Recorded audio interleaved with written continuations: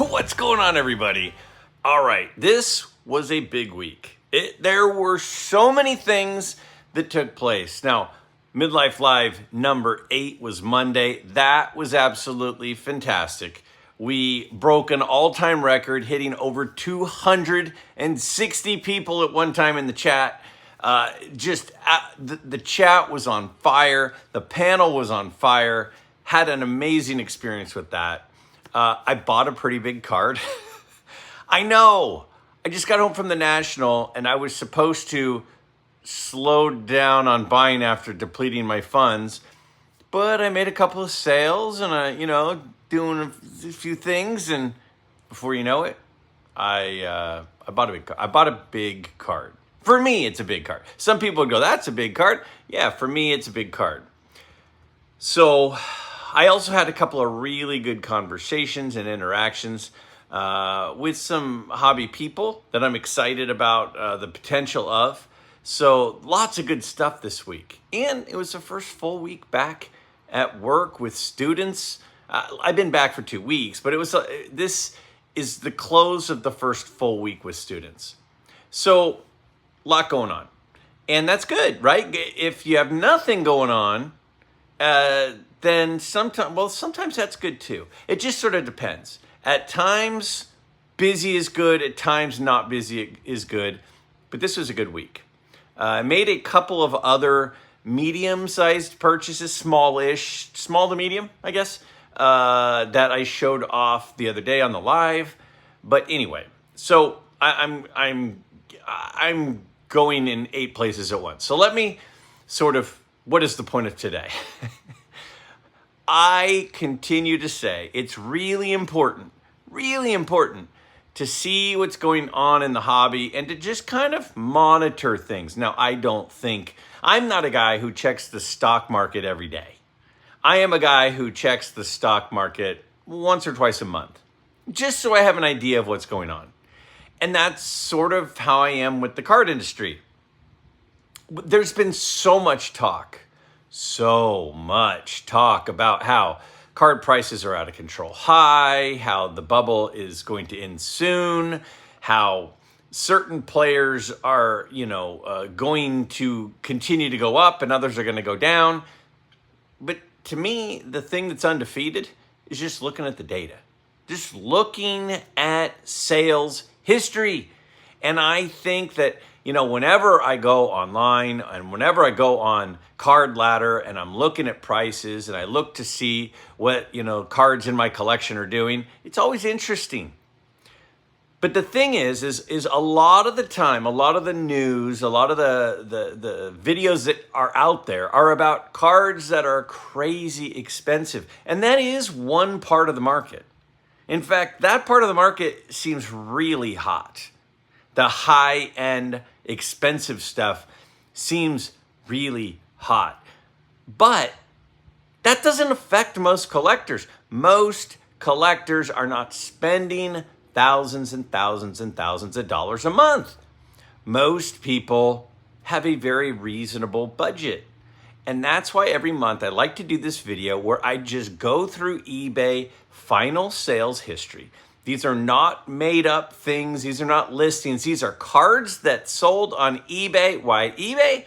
Because eBay is where the most card selling is happening. So I check eBay. I go from 1950 to 1969, and I see what are the sales that stand out to me. And from that, I think there are times we can get clues as to what's actually happening. Then I think it's fun to also see what the high-end market is doing.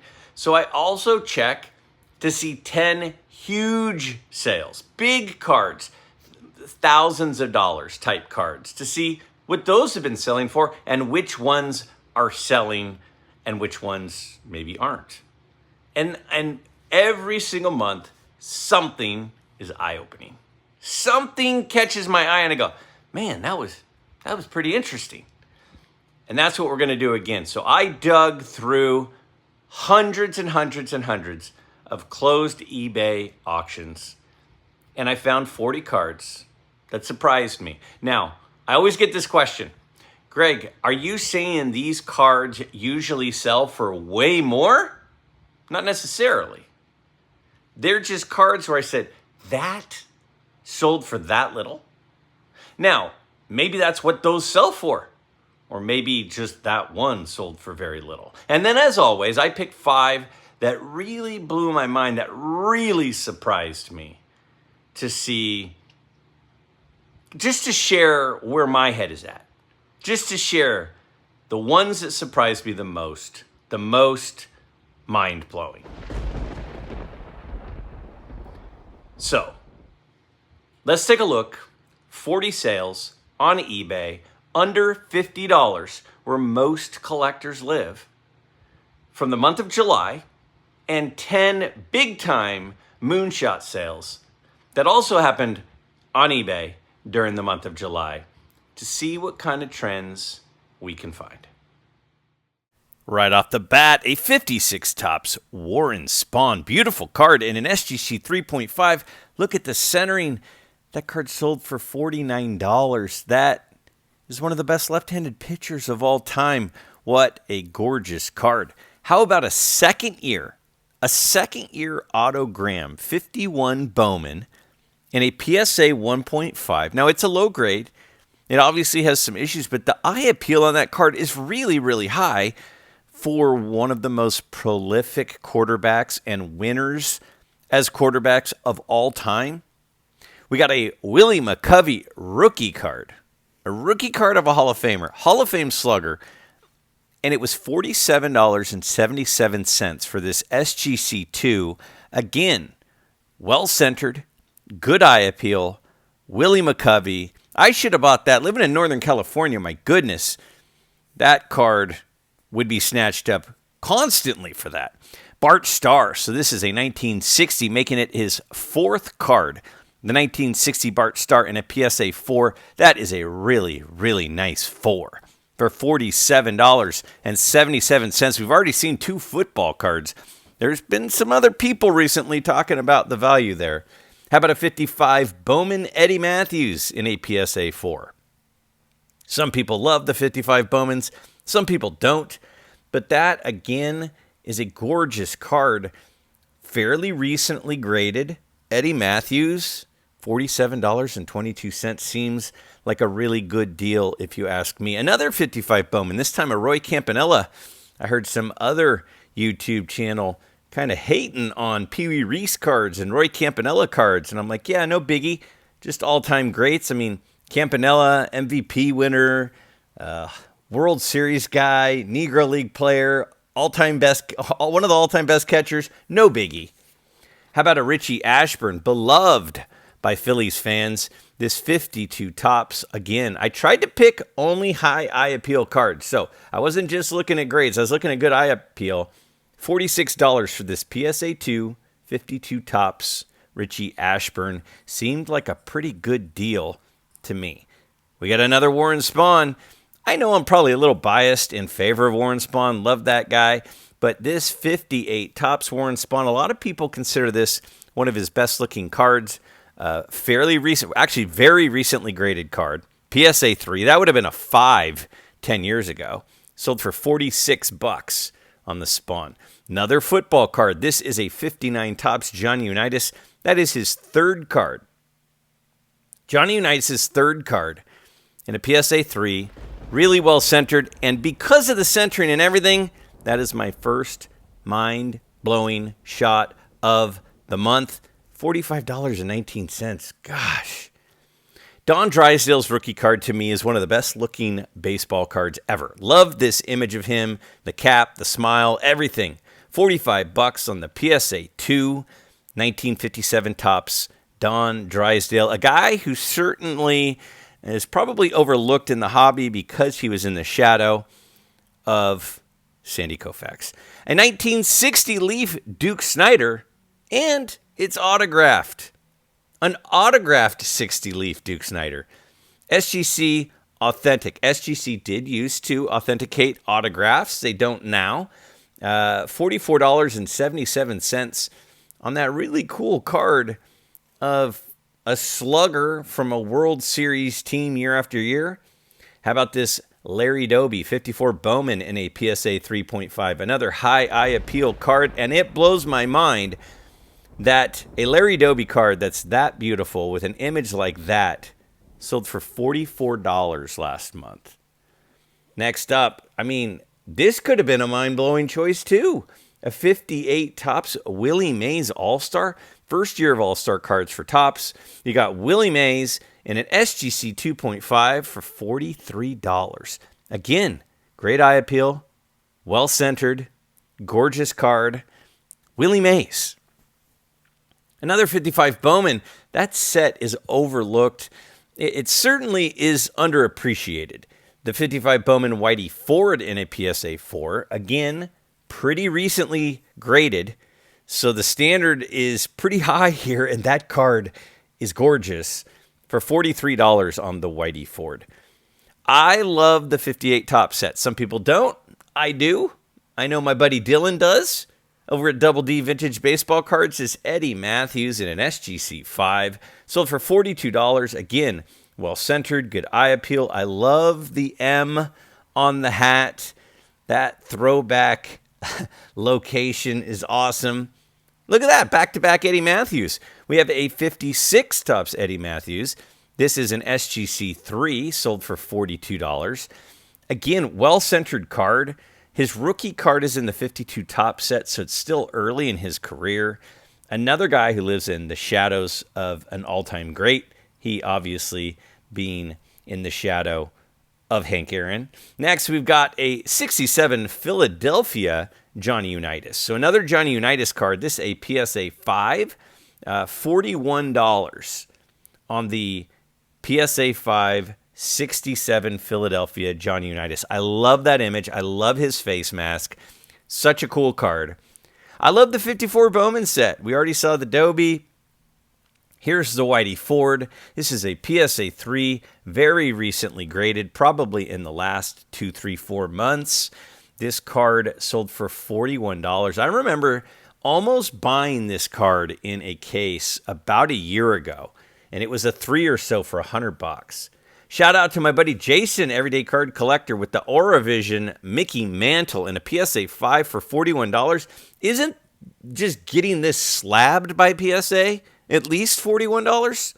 And it's a Mickey Mantle, and these things really are beautiful. If you see them in person, they are gorgeous images. A 59 Topps Aaron Clubs card. This is a PSA 4. This, again, fairly recently graded. $39.08. Really well-centered card. You're buying Hank Aaron cards now in recent PSA slabs. 4 grades from the 50s for under $40. We got a 59 Topps Alkaline in a PSA 4. Well-centered. Gorgeous card. Newly graded. Sold for $39. $39 is what, and that's what it was listed for. It's not like it snuck under through the cracks on an auction. Look at this 61 Topps Ernie Banks MVP. Love this card. It's a PSA 6. It is a PSA 6, and that is gorgeous. Of Ernie Banks, that's my third choice for what blew my mind the most this month. That card's 61. It's Ernie Banks. It's gorgeous, and it's centered, and it's $39. 54 Bowman. Again, love that set. Duke Snider. SGC 2.5. Well centered. Again, I didn't just pick any cards that looked cheap. I looked for cards that I thought had high eye appeal. Gorgeous card here of Duke Snider. Again, another Dodger who kind of gets maybe a little bit of a cold shoulder from the hobby. 57 Topps Warren Spahn in a PSA 4.5. Beautiful image. I love this image, just like I love that 57 Topps Don Drysdale. I love the Warren Spahn. This was $36.69. That's a fantastic looking card. Look at this. Plain Days, 1961, Topps. This is middle of his career. Willie Mays, PSA 2. Eye appeal is great. And it blows my mind that it was $36.08. A high eye appeal Willie Mays card from 1961. His base card, $36.08. And then this could have gotten a choice too. 66 Topps Sandy Koufax. PSA 2. $36. That one's a little off center, but it's $36. Look at that. $36. PSA 2. Okay, it probably has a wrinkle or something. But man, that is a cool looking card of one of the best pitchers ever. We got another football card, a 64 Philadelphia Bart Starr. $35, well centered. So again, his rookie card was 57. So this is about 8 years into his career. Bart Starr, gorgeous card, PSA graded, $35. Remember, it's about 25 guys just to get a card in a slab. Here's a 62 post serial Roberto Clemente. If you're looking for a set that's not a mainstream set, but is still affordable and has all-time great players, the post serial cards are pretty cool.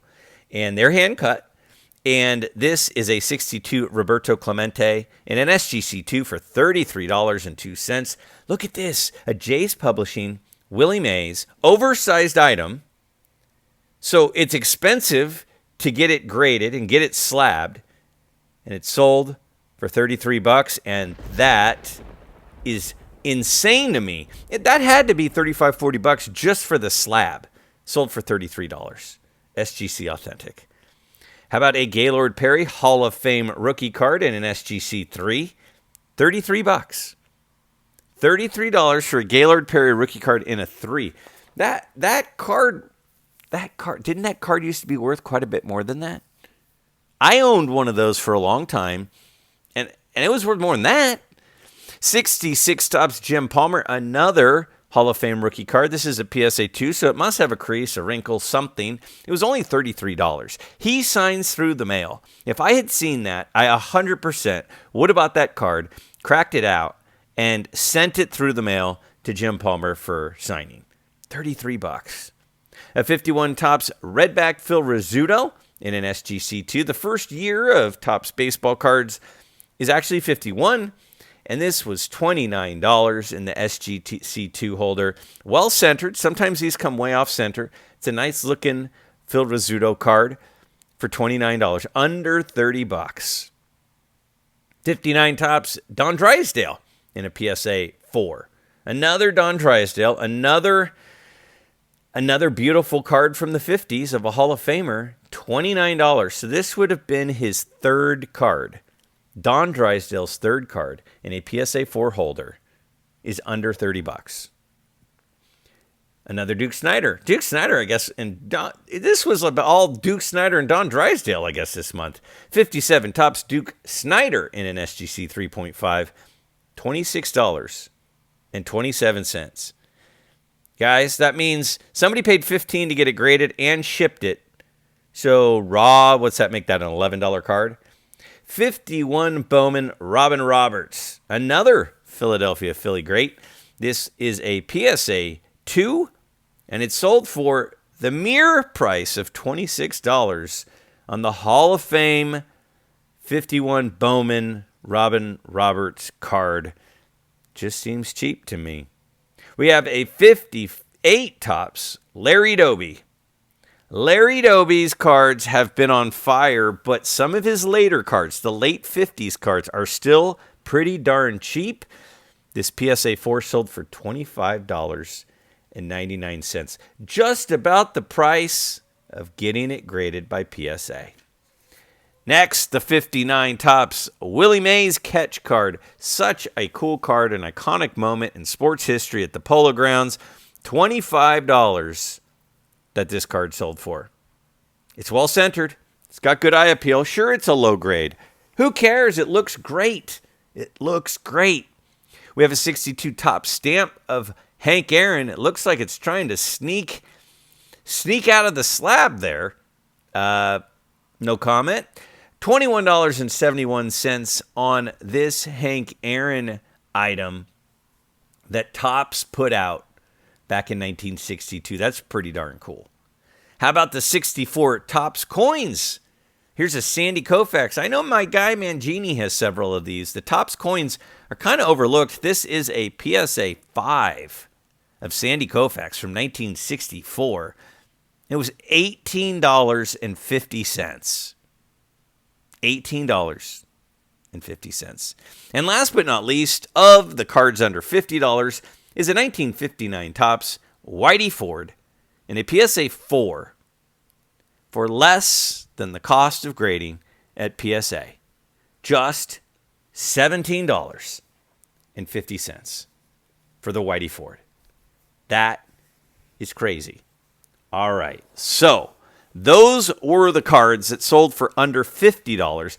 How's the high-end market doing? What are cards at the high end selling for right now? So we are going to look at 10 big-time sales, expensive cards, and there are a couple that really, really caught my eye this month. So let's take a look. First, this card caught my eye, not because of the price, but because look at how gorgeous that SGC 5 Wilt Chamberlain rookie card. This set is so hard to find centered, and that thing is spectacularly centered. The price out the window. That's what we should be looking for, isn't it?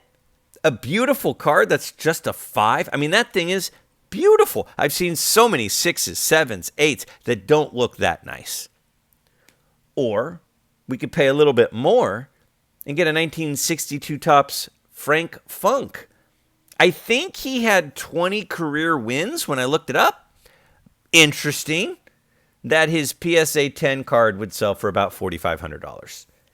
So buy the card, not the grade, unless the grade is a 10, in which case we buy the grade, not the card, or the player, or the year, I guess.